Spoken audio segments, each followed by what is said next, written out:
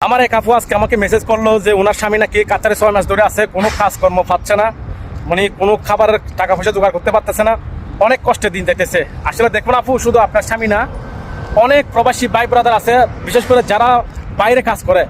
বর্তমানে যে পরিস্থিতি চলতেছে, আসলে বিশ্বাস করেন, নিজের চোখে না দেখলে বিশ্বাসই করবেন না। মানে কাজ নাই এখন, বর্তমানে অনেক পরিস্থিতি খারাপ। এই জন্য বলছি যে আমি প্রত্যেকটা ভিডিওতে বলি যে আপনারা বাইরের ফ্রি বিষয়ে আসবেন না, এঙ্গেজ বিষয়ে আসেন। কারণ এঙ্গেজ বিষয়ে আসলে টাকা কম হইলেও, মানে স্যালারি কম হইলেও অনেক ভালো, মাস শেষে মানে কোনো টেনশন থাকে না।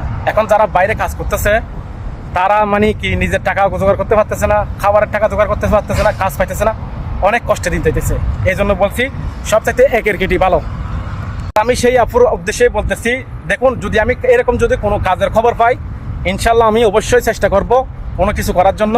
দোয়া করবেন। এখন আপাতত আমার কাছে কোনো কাজের এরকম কোনো খবর নাই বা কোনো ওয়ে নাই।